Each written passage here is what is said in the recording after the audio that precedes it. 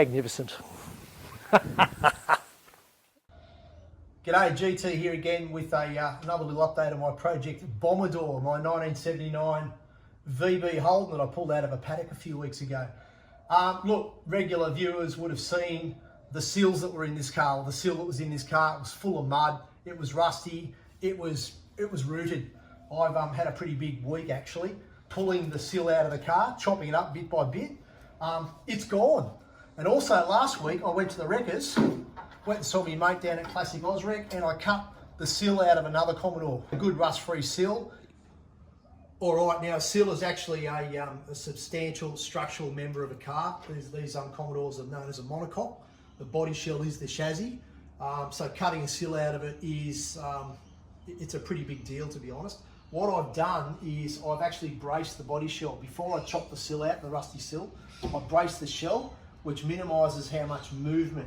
It's not going to sort of like spring to the wrong shape when I chop the seal out of it. So that's what that blue metal bar's for. Once I've replaced the sill and once I'm happy with the alignment of the doors and everything, obviously this bar is going to get cut out. All right, I'm actually quite pleased with how everything's gone.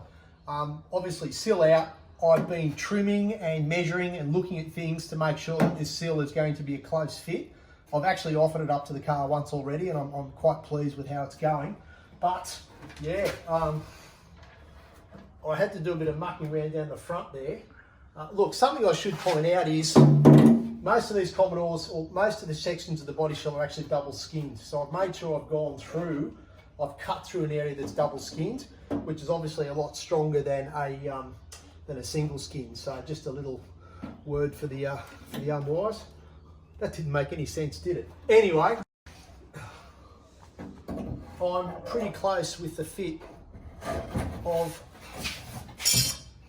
the sill. There's a little bit more trimming to do with the inside of these door apertures. That sill needs to come up about another 10 mil, maybe half an inch. The B-pillar also needs to be trimmed to shape. That's a single skin member actually, so it's actually going to be quite easy to fix back in. And the front, I'll just let that down with the milk crate.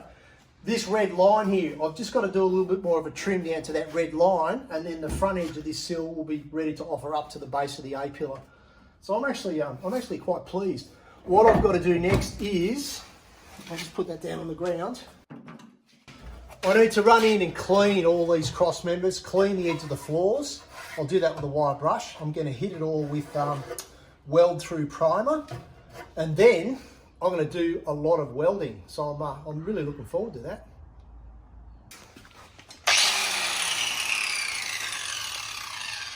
Yes, I probably should be wearing gloves, but I hate wearing gloves and I'm not going to wear gloves.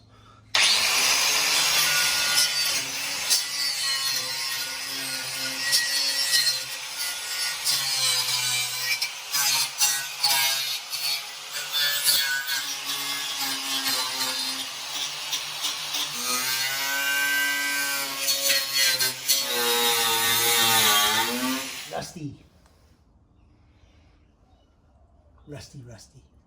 What I'll probably do is drill holes in these outrigger ends, and I'll come through from the back side and do what's called a puddle weld, which replicates the factory spot weld.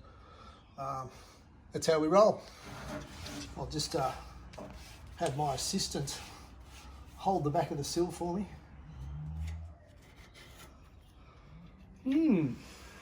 Yes. We'll have another little play.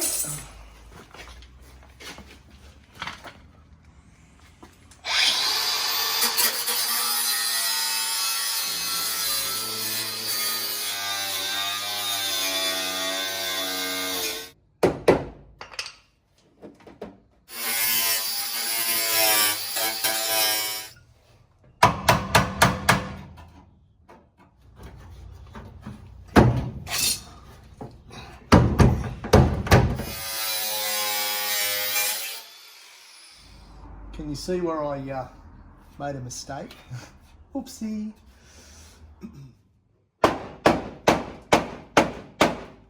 Where's my red texture? I keep losing it. Damn it. There it is. It's right where I left it.